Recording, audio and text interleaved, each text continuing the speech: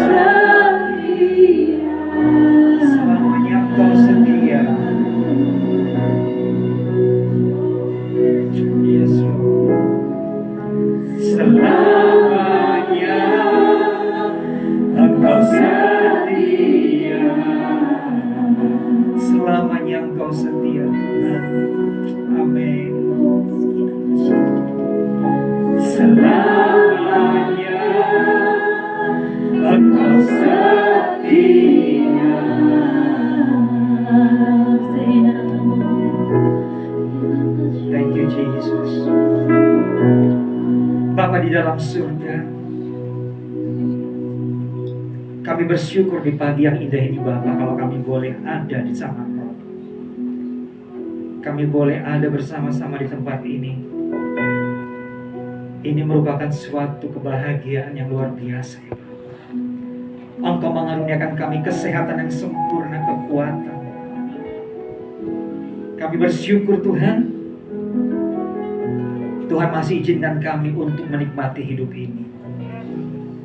Biarlah di sisa hidup kami Bapa, kami mau menyenangkan hati-Mu. Kami mau berkenan kepadamu. Dan kami boleh menikmati hidup bersama Bapa di dalam surga yang kekal. Terima kasih Bapa, kami siap diberkati oleh kebenaran firman-Mu. Di dalam nama Tuhan Yesus, saudara yang sama-sama siap, sama-sama katakan amin. Haleluya. Silakan duduk Bapak Ibu semua. Shalom, selamat pagi. Senang bisa berjumpa dengan saudara semua. Saya melihat wajah-wajah yang sukacita. Walaupun saudara pakai masker, saya bisa melihat saudara sukacita. Amin. Coba buktikan kanan kiri, senyum gak mereka? Kalau yang gak senyum punya masalah pasti. Tuh kan happy kan?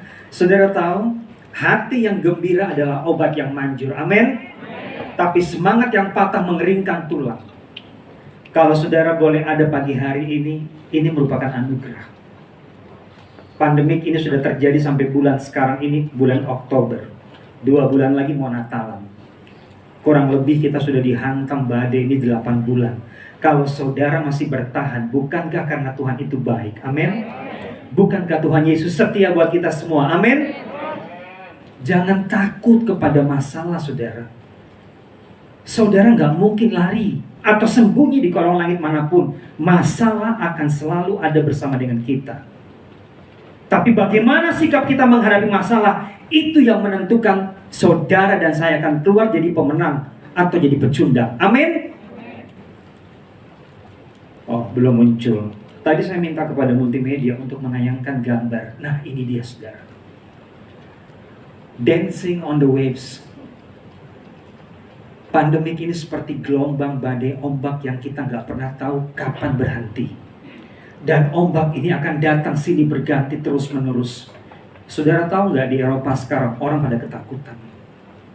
Sampai dengan Jumat malam saya membaca berita 39 juta lebih manusia terpapar, mati hidup sekarang akibat C-19. Saya gak mau bilang COVID atau Corona, gak keren, C-19. Tapi kalau hari ini jemaat di KRC ada dalam kondisi yang sehat, puji Tuhan, amin. Jangan takut, C-19 ini punya mata dan telinga, dia tahu targetnya siapa. Mau tahu nggak targetnya siapa? Pertama, dia nggak pandang klaster, dia nggak pandang jabatan, dia nggak pandang profesi, dia nggak pandang status sosial. Mau Anda pendeta, pengusaha, para medis, mau Anda rakyat jelata, mau Anda pejabat negara, pemimpin negara sekalipun, semua bisa terpapar. Gak ada yang bisa lolos. Tapi kalau hari ini kita ada di tempat ini dan dalam kondisi yang sehat, berikan tepuk tangan yang kuat dan meriah bagi Tuhan. Itu karena saudara tahu bagaimana menjaga hidup kalian. Amin. Gak ada yang kebal. Gak ada yang kebal. Semua bisa kena. Tapi hati yang gembira itu adalah obat yang luar biasa manjurnya. Saya membaca artikel dan saya mendengarkan banyak video dari berbagai kalangan. Imunitas tubuh seseorang kalau kuat, itulah yang bisa menghalau, membentengi saudara dari serangan C19. Dan imunitas ini hanya terdapat pada waktu hormon endorfin saudara bekerja aktif. Dan endorfin ini bekerja aktif pada waktu hatimu gembira, hidupmu bersuka cita, gairahmu meningkat, engkau semangat. Makanya dikatakan Amsal 17, semangat yang patah mengeringkan tulang. Dan gak heran orang-orang yang tadi saya katakan dari berbagai kalangan itu, kalau mereka memiliki depresi, mereka gagal move on. Tema gereja kita nih, Winter of Movement, bergerak. Amin saudara.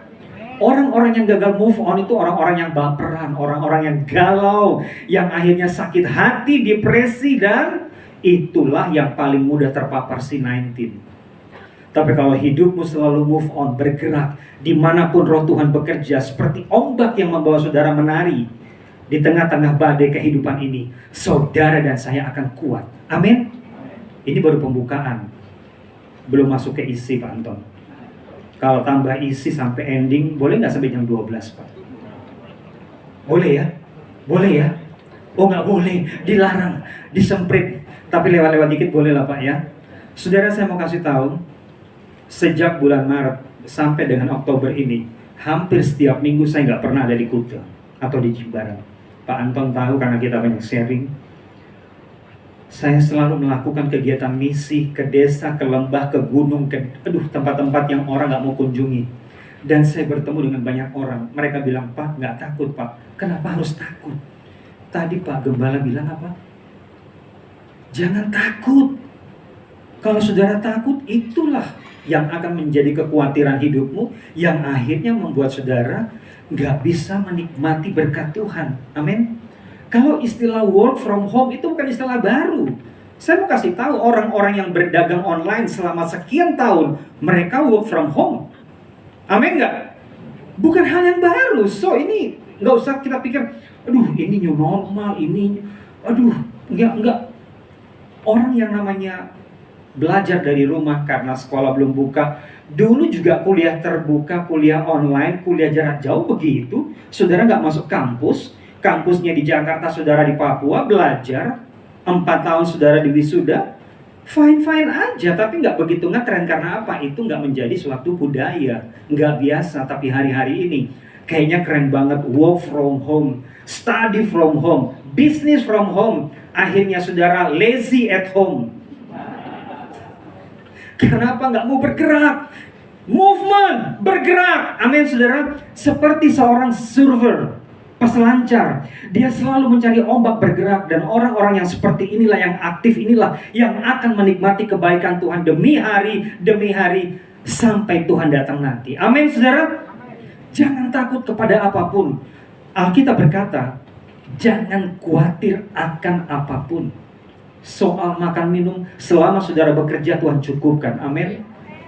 Kondisi saya bekerja di hotel 5 bulan pertama cukup sekarat saudara. Hotel tempat saya bekerja ditutup. Secara manusia muncul khawatir. Gaji dipotong 50%. Mau kerja apa?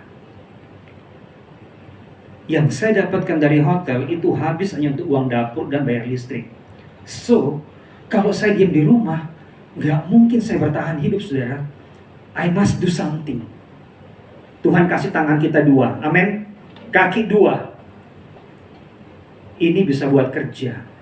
Jangan tanganmu hanya rajin main HP di rumah, tidur males-malesan, ngarepin berkat Tuhan dari langit.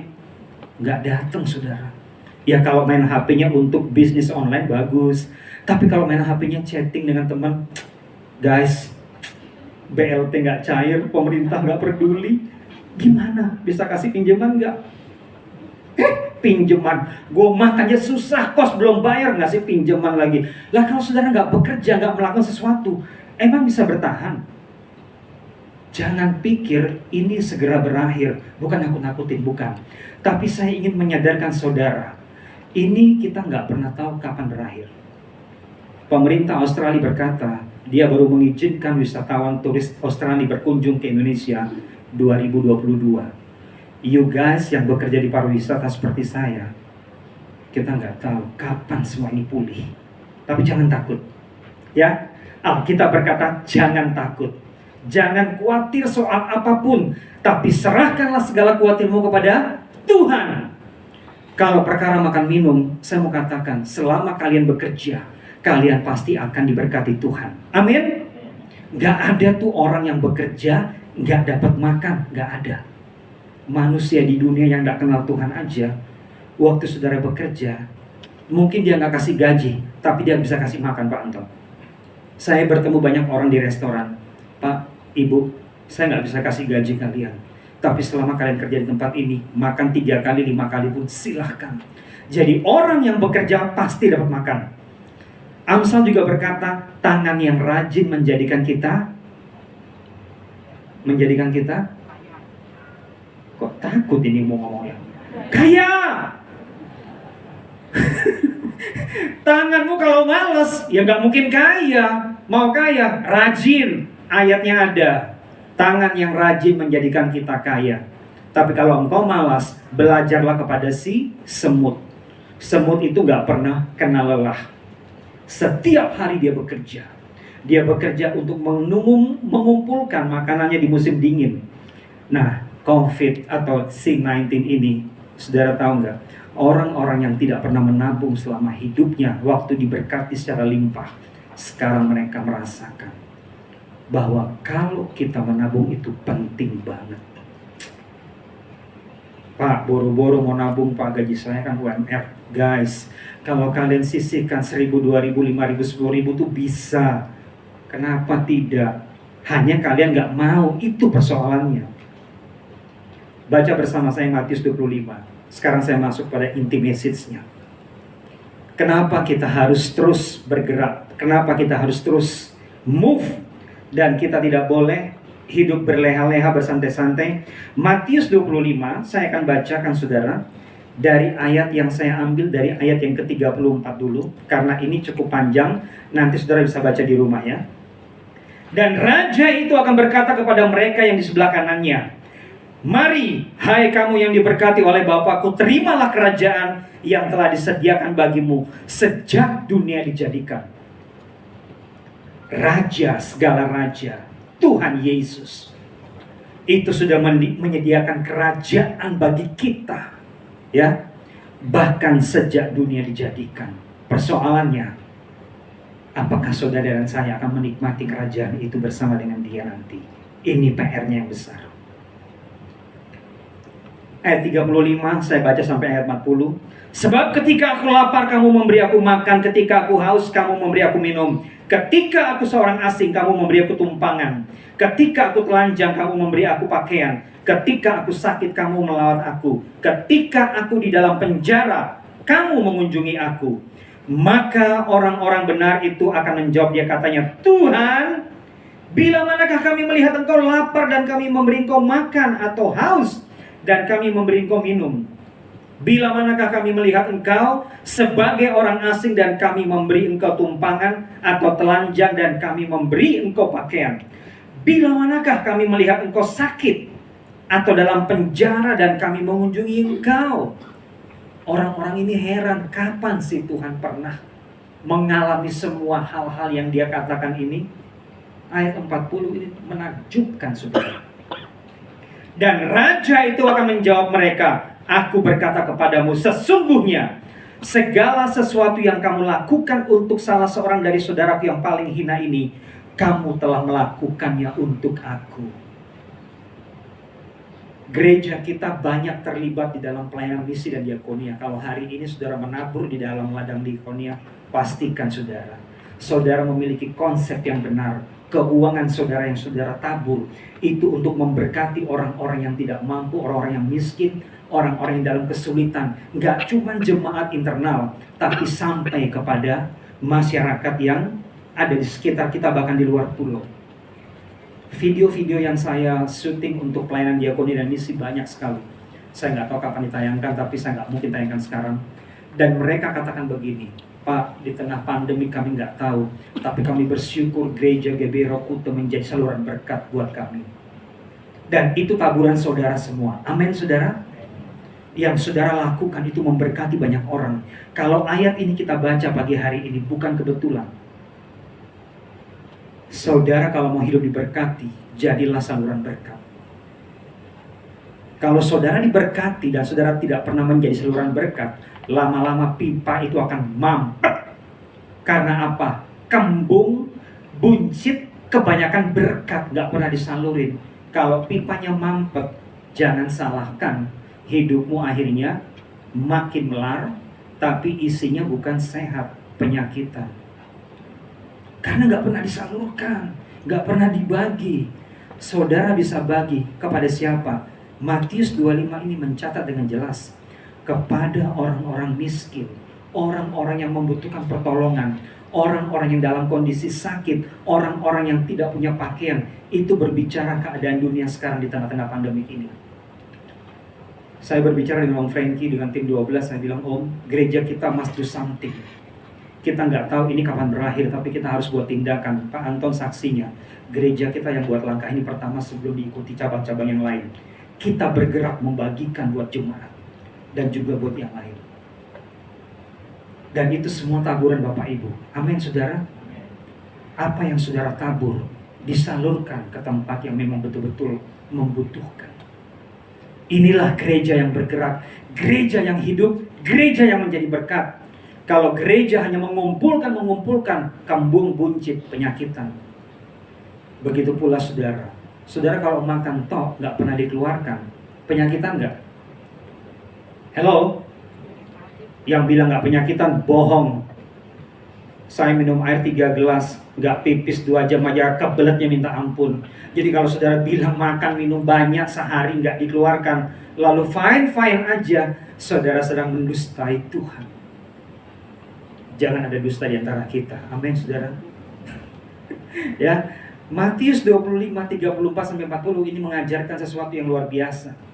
Selama pandemik ini, saudara dan saya dituntut untuk menjadi saluran berkat. Bergerak.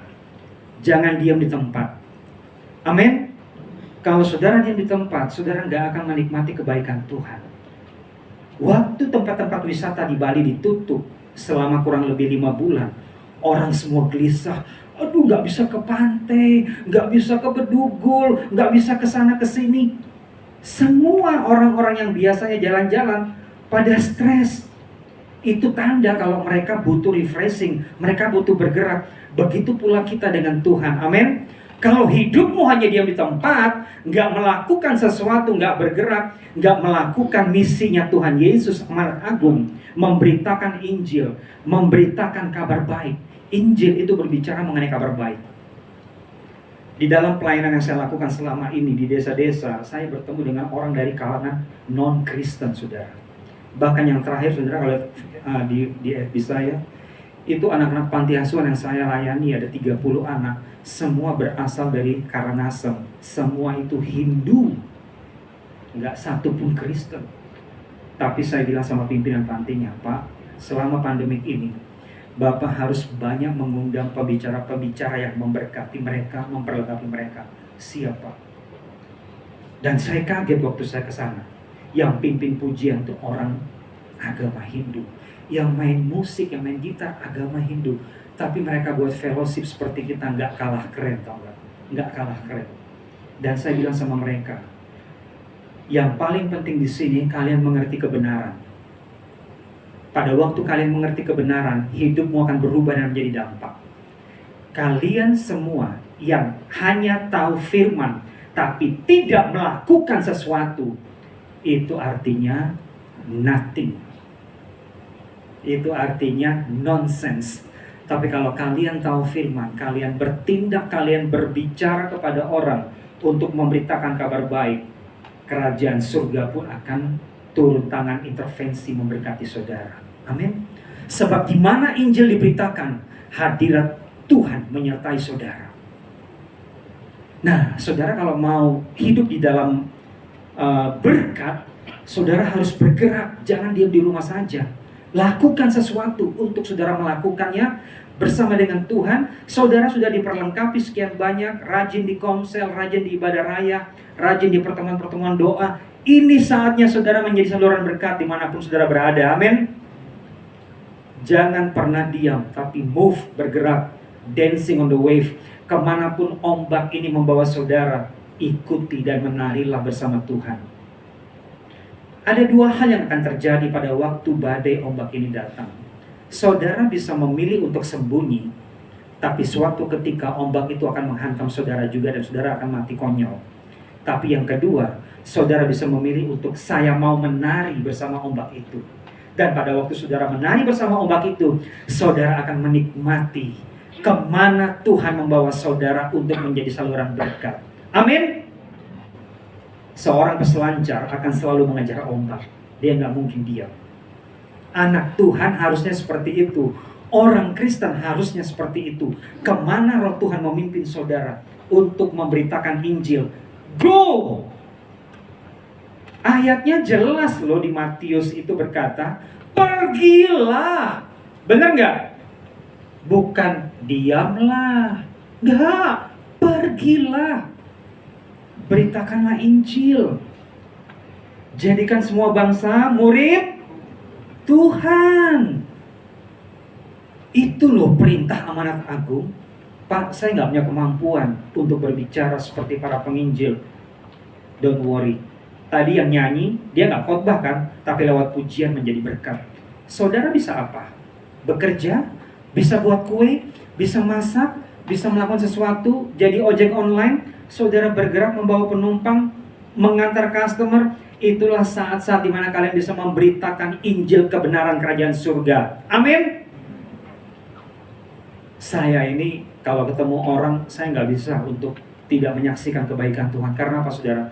Saya pernah mengalami masa-masa sulit, saya hampir mati, udah pernah. Yang jemaat yang lama-lama di sini tahu, saya kena demam berdarah itu, trombosit saya tinggal 20. Pasien di kamar sebelah, trombositnya 25, game over. Dan saya 20 masih hidup sampai hari ini. Jadi saya tahu apa itu masa-masa kritis hampir mati.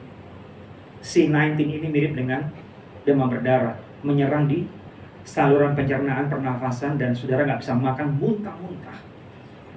Tapi saya nggak takut. Teman saya di Puri Gading, sehabis keluar opname dari Sanglah, kita sharing, ngobrol satu meja makan. Saya nggak takut. Saya tanya, bagaimana rasanya waktu kamu divonis, didiagnosa C19 dan masuk ruang isolasi di Sanglah? Mengerikan Pak, rasanya kayak mau mati. Saya bilang, kalau kamu sekarang hidup, jadi berkat. Percuma kamu dikasih kesempatan hidup, nggak jadi berkat, itu sia-sia. Amin saudara. Saya harus masuk lagi karena ayatnya masih banyak nih. Pak Anton dikasih waktu sebentar aja lagi di waktu. Ini ada ayat yang cukup seru yang kita harus bedah bersama saudara. Karena kalau ini kita nggak pahami, saya khawatir kita semua akan terlalu terlena menghadapi kehidupan ini. Roma 14 ayat yang ke-12. Saya minta semuanya baca dengan suara yang keras. Roma 14 ayat yang ke-12. Roma pasal 14 ayat yang ke-12. Bisa tolong ditayangkan? Oke, kita baca ya. 2, 3. Demikianlah setiap orang di antara kita akan memberi pertanggungan jawab tentang dirinya sendiri kepada Allah. Ini berbicara mengenai penghakiman terakhir. Saudara masing-masing harus mempertanggungjawabkan kehidupan ini nanti kepada Allah. Apa yang sudah saudara lakukan buat Tuhan dan kerajaannya? Saudara diberi kesehatan, saudara diberikan berkat. Apa yang saudara lakukan dengan semua ini? Saudara berpangku tangan, bermalas-malasan, diam duduk manis, atau saudara mau bergerak menjadi saluran berkat, memberitakan Injil kebenaran kerajaan Allah bagi setiap orang dimanapun saudara berjumpa.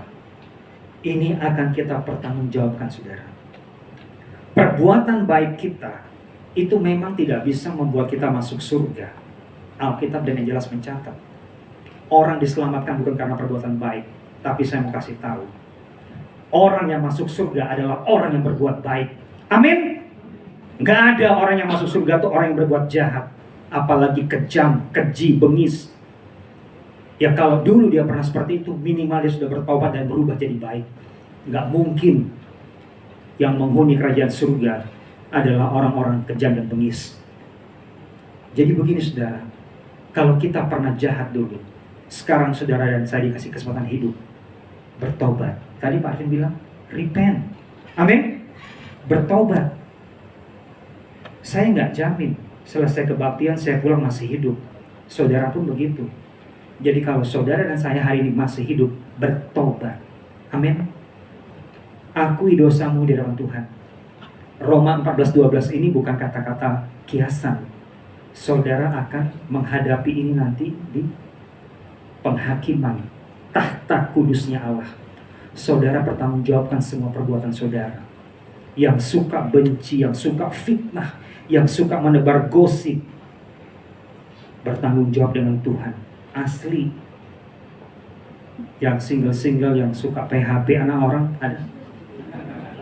Bapak ibunya nggak tahu, Tuhan tahu saudara. Lu gombal-gombalin anak orang, Tuhan catat lu. Apalagi bilang, aku ingin meminangmu. Setelah kasih cincin, kau kabur dengan yang lain. Hati-hati guys, tanggung jawab lu besar. Itu baru yang tunangan. Yang sudah punya anak istri, berani-berani minang orang lain lagi. Oh tambah. Malaikat kasih bisik tuh. Bos, itu udah punya istri anak 5, masih gaet. Kalau ada istilah pelakor, apa lagi? Apa lagi istilahnya Pak Tom? Ya, Roma 14:12, saudara dan saya bertanggung jawab loh. Serius. Gak ada yang tersembunyi di hadapan Tuhan. Mau pendeta sekalipun, mau presiden sekalipun, dia akan bertanggung jawab dengan Tuhan atas semua yang telah dia lalui di muka bumi ini. Rasul Paulus berkata seperti ini saudara. Ini luar biasa sekali. Di dalam Roma 7, pasal yang ke-18 sampai ke-19, Paulus berkata begini, sesungguhnya dia tuh kepingin berbuat yang baik, tapi justru yang jahat dia lakukan. Itulah manusia. Pada dasarnya kita kepingin buat yang baik, tapi kenapa yang jahat kita lakukan? Makanya jangan saudara pikir kalau sudah melayani Tuhan kebal dosa. No way. Jangan saudara pikir udah jadi pejabat, udah jadi orang-orang yang punya posisi terhormat, kebal dengan dosa. No way. Kasih uang, kasih jabatan, saudara akan lihat orang itu jadi apa nanti. Amin. Nggak ada yang kebal. Jadi kita harus berjuang melawan keinginan-keinginan daging, keinginan mata, keangkuhan hidup yang mencoba untuk menyeret kita keluar dari tracknya Tuhan. Kita harus berjuang. Enjoy your flight, but don't forget your fight. Enjoy your trip, but don't forget where you heading off. Artinya begini saudara, nikmati perjalanan hidupmu ya, tapi jangan lupa tujuan hidupmu yang sebenarnya. Oke? Itu maksudnya. Saudara hidup di dunia, bekerja seperti saya, menikmati kebaikan Tuhan. Yes, kita bekerja, ketemu klien, ketemu nasabah, ketemu customer, ketemu siapapun, whatever. Tapi saudara jangan lupa tujuan hidupmu yang sesungguhnya. Kalau saudara lupa tujuan hidupmu, engkau akan gagal untuk menikmati kebaikan Tuhan bersama di dalam kerajaannya. Ada kesempatan nggak orang Kristen nggak masuk surga? Saya mau tanya nih. Ada nggak kesempatan orang Kristen tidak masuk surga? Ada? Ada. Kemungkinannya besar kecil? Besar banget. Matius 7:21 tayangkan tolong. Ini biar saudara tahu. Matius 7:21. Ini ngeri banget nih. Udah. Bukan setiap orang, kayaknya yang baca saudara deh. 2, 3.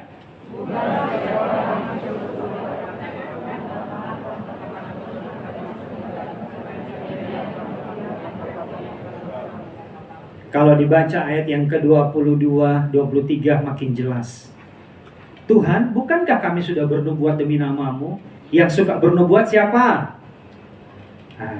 Bukankah kami sudah mengusir setan demi namamu? Yang suka mengusir setan siapa? GKM Pak, oh enggak, G-sektor Pak, enggak, pendeta Pak, enggak. Ya, yang punya pelayanan biasanya. Benar nggak Pak Anto? Iya.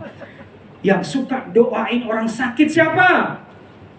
Oh saya Pak, saya sering ke rumah sakit. Nah kan gitu, karena orang sakit kayaknya lebih enak nih, aman gitu. Tapi 23 bilang apa? 23 coba, 23. Pada waktu itulah aku akan berterus terang kepada mereka dan berkata, aku tidak pernah mengenal kamu, enyah daripadaku, kamu sekalian pembuat kejahatan. Hati-hati. Pengetahuan kita soal Tuhan, kehebatan kita di dalam berteologi, pemahamanmu yang hebat soal doktrin gereja, jangan sampai membuat orang atau membuat saudara hanya menjadi orang yang jago berdebat seperti mereka yang suka pamer di sosmed. Tapi di ujung kehidupan Tuhan berkata, enyahlah kamu semua, aku tidak mengenal kamu. Perbuatan kita menentukan kita jadi apa nanti. Amin saudara. Kalau hari ini saudara dan saya masih diberikan kesempatan pagi ini untuk bertobat, saya mau katakan gak ada manusia kebal dosa. Dan untuk bertobat itu perlu perjuangan, bukan sesuatu yang instan. Ya, setiap hari kita diperhadapkan dengan tantangan, pencobaan, godaan. Dan menariknya, Tuhan gak pernah menghentikan iblis untuk menggoda saudara. Perhatikan baik-baik. Tuhan izinkan itu terjadi supaya saudara dan saya itu menjadi orang-orang yang berkualitas di hadapan Tuhan. Amin. Kekristenan kita itu perlu diuji untuk supaya kita muncul seperti emas. Ayub berkata, seandainya dia menguji aku akan timbul seperti emas. Mas bro, saya mau kasih tahu, Ayub berkata seperti itu bukan tanpa sebab. Dia sudah melewati masa-masa percobaan, ujian yang mengerikan. Pernah nggak ada yang punya anak di sini? 3, 5, mati semua. Ada nggak? Nggak ada kan? Ayub ngalamin. Ada di sini yang punya bisnis besar, ladang ternak, gudang, properti, terbakar habis dalam satu malam. Ada yang punya? Nggak ada. Ayub sudah ngalamin. Ada di sini yang pernah punya luka, yang boroknya sampai saudara harus garuk dengan beling. Ada? Ayub sudah ngalamin. Ada di sini yang sudah sakit, bangkrut, tertimpa masalah, anak mati, istrinya ngomong gini, tinggalkan Tuhanmu. Ada? Nggak ada kan? Ayub sudah ngalami. Dan kalau dia ngalami, dia berkata, seandainya Tuhan menguji aku akan timbul seperti emas. Ini loh kualitas kekristenan yang sesungguhnya. Amin saudara. Saudara harus melewati proses, baru saudara bisa muncul seperti emas. Orang Kristen yang tidak pernah diproses, kualitasnya bukan seperti emas. Saya nggak tahu, mungkin seperti Mbak Ayu mungkin. Kalau seperti emas, itu dibakar, dibentuk, dipukul. Ada suatu moto dari sebuah jam tangan yang terkenal. Dia punya moto bagus banget. Don't crack under pressure. Artinya tidak akan retak atau hancur di bawah tekanan. Orang Kristen sejati harusnya seperti itu. Ada amin saudara? Kalau saudara mau kuat dalam Tuhan, nikmatilah setiap proses kehidupan. Jangan lari, jangan keluar. Apalagi saudara berdoa gini, Tuhan hentikan proses ini, aku gak tahan. Jangan doa seperti itu. Karena kalau doa seperti itu, tahu nggak yang terjadi? Tuhan tuh mau bentuk saudara seperti bejana. Baru setengah jalan, saudara bilang, Tuhan hentikan, aku nggak tahan. Bejananya jadi apa? Berbentuk nggak? Nggak ada bentuk. Emang mau kayak gitu? Makanya kalau Tuhan lagi proses, nikmatilah prosesnya Tuhan. Pak, enak banget ngomong Pak. Sakit. Sakitnya di sini. Sakit lu di sini, tapi kalau nanti dapat surga, mana lebih enak? Ayo, bener nggak? Kayaknya nggak ada yang berani jawab. Nggak ada yang berani jawab, takut banget. Saya mau kasih tahu saudara ya, kalau saudara nggak pernah menikmati prosesnya Tuhan, saudara nggak akan punya kesaksian hidup. Serius, nggak ada. Kalau saudara lihat pembicara-pembicara di sosmed yang lagi ngetren sekarang, Sebut namanya mau yang perempuan-perempuan, yang hebat-hebat itu orang-orang yang sudah masuk proses yang aduh ngeri. Kadang kita kalau dengar, aduh kok bisa ya. Ada ibu satu, saya sebut namanya. Itu kalau soal properti, soal harta, gila. Pembantu di rumahnya 12 loh. Tasnya harganya biasanya 100 juta. Itu murah. Dia punya tas yang 500 juta. Kalau orang kaya bawa tas ketahuan dari caranya nenteng waktu hujan. Mau tahu nggak? Kalau orang kaya bawa tas waktu hujan tuh gini. Kalau orang miskin hujan gini dia. Kalau orang kaya hujan tasnya diginiin. Biar dia yang basah, tasnya selamat. 500 juta, Bo. Tapi ibu itu punya suami kabur sama genderuwo. Serius, kabur sama genderuwo. Tinggal di Amerika dengan selingkuhannya. Dan ibu ini bilang apa? Kalau saya nggak diproses Tuhan, saya nggak punya kesaksian. Dia justru membawa keluarganya untuk serius dengan Tuhan. Doain suaminya yang di Amerika untuk bertobat. Dan kita nggak tahu kapan dia bertobat, urusan Tuhan. Yang penting ibu ini nggak ikut-ikutan dibawa lari sama pelakor. Kan gitu. Yang penting dia mau kuat dengan Tuhan. Dia menikmati proses. Dia berdamai dengan Tuhan. Masa lalunya yang parah itu jadi kesaksian. Orang banyak dipulihkan. Saya dengar kesaksian orang-orang yang dipulihkan. Pak, saya ditinggal istri, saya ditinggal suami, saya ditinggal kabur pasangan. Tapi mereka kuat karena dengar kesaksian orang-orang seperti itu yang mampu melewati badai kehidupan. Amin, saudara. Kalau nyambung terus kayaknya waktu kita terlalu singkat, Pak Anton ya. Saya undang pemuji pemusik ya. Saya akan akhiri dengan satu ayat di sini. Kita harus tetap bertahan kuat di tengah badai dan menari bersama ombaknya Tuhan. Jangan pernah tinggal di dalam kepasrahan, di dalam ketakutan. Ibadah itu adalah ungkapan rasa syukur kepada Allah atas anugerah keselamatan kebaikan Tuhan. Tapi ibadah yang sesungguhnya itu bukan soal saudara pergi ke tempat-tempat atau gedung-gedung pertemuan ibadah. Ibadah yang sesungguhnya adalah apa, saudara? Roma 12 ayat 1 dan 2. Persembahkanlah tubuhmu sebagai persembahan yang hidup, yang kudus, yang berkenan kepada Allah. Kunjungi yatim piatu, janda-janda miskin yang dalam kekurangan. Berkati mereka. Itulah ibadahmu yang berkenan kepada Tuhan. Amin, saudara. Matius 25, 34-40 mengajarkan kepada kita untuk saudara memperhatikan orang-orang miskin, orang-orang yang dalam kesengsaraan, orang-orang yang dalam kekurangan. Pada waktu saudara melakukan itu, itulah ibadahmu yang sejati. Dan membawa hidupmu tetap kudus di hadapan Tuhan sebagai persembahan yang hidup, yang berkenan, yang menyenangkan hati Tuhan. Amin. Kita akan perjamuan. Siapkan roti dan anggur yang saudara sudah terima.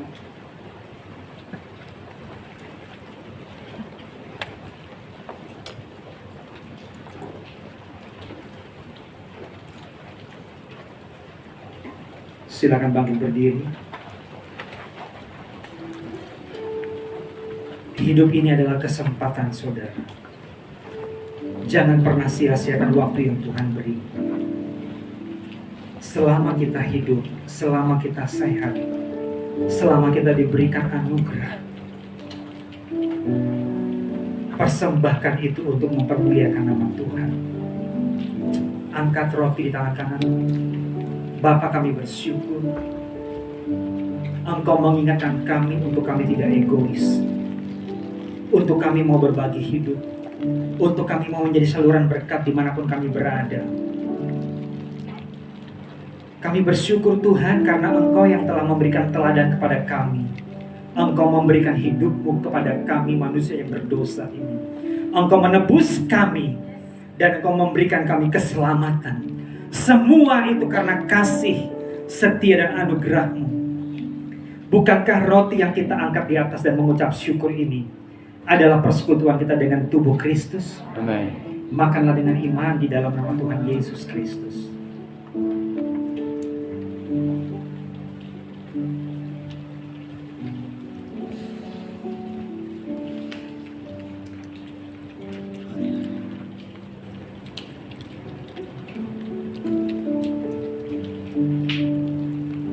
Terima kasih Bapa.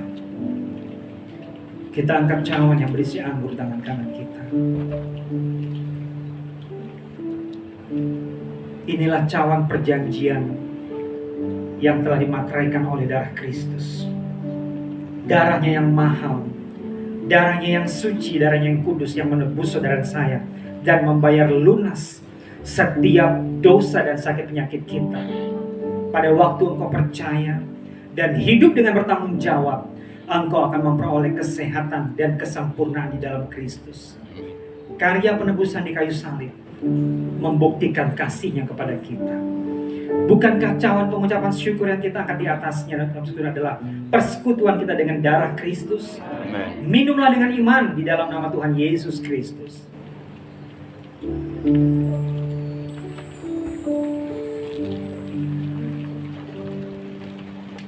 Thank you Lord. Thank you Jesus. Terima kasih Bapa. Yes Lord, kami bersyukur Bapa buat kebaikan. Saudara boleh mengucap syukur, ambil waktu 1-2 menit, muliakan Tuhan. Naikkan mazmur dan pujian doa bagi Tuhan. Kami bersyukur Tuhan. Kami bersyukur Tuhan buat kesempatan yang Kau berikan buat hidup ini Tuhan. Oh haleluya, haleluya. Terima kasih Bapa. Thank you Jesus. Bapa di dalam surga, hamba-Mu telah selesai berbicara. Roh Kudus, Engkau bekerja terus menjamah setiap pribadi lepas pribadi. Engkau bekerja dengan cara-Mu yang ajaib dan heran, dengan cara yang unik untuk menjamah setiap pribadi, untuk membawa mereka semakin dekat kepada Tuhan, semakin mengerti rencana Tuhan, dan hidup mereka menjadi berkat bagi banyak orang. Dimanapun mereka berada, nama Tuhan dipermuliakan. Kami bersyukur Tuhan, dan saat ini kami akan mengakhiri ibadah kami. Kami akan pulang dengan membawa berkat yang terbaik daripada kasih Allah Bapa, penyertaan lewat putranya Yesus Kristus dan Rohnya yang kudus, menuntun kehidupan kita mulai hari ini sampai Dia kembali kedua menjemput kita di awan-awan. Diberkatilah engkau pada waktu engkau masuk, diberkatilah engkau pada waktu engkau keluar, dan diberkatilah rumah tanggamu, anak cucumu, diberkatilah pekerjaanmu, dan setiap perbuatan tanganmu yang kau lakukan untuk mempermuliakan nama Tuhan. Tuhan Yesus memberkati. Di dalam nama Tuhan Yesus, terimalah berkat Tuhan. Sama-sama katakan amin. God bless you. Selamat hari ini, Tuhan Yesus memberkati saudaraku. Nanti pulangnya satu-satu ya, ada pelayan Tuhan yang akan mengarahkan saudara. Haleluya.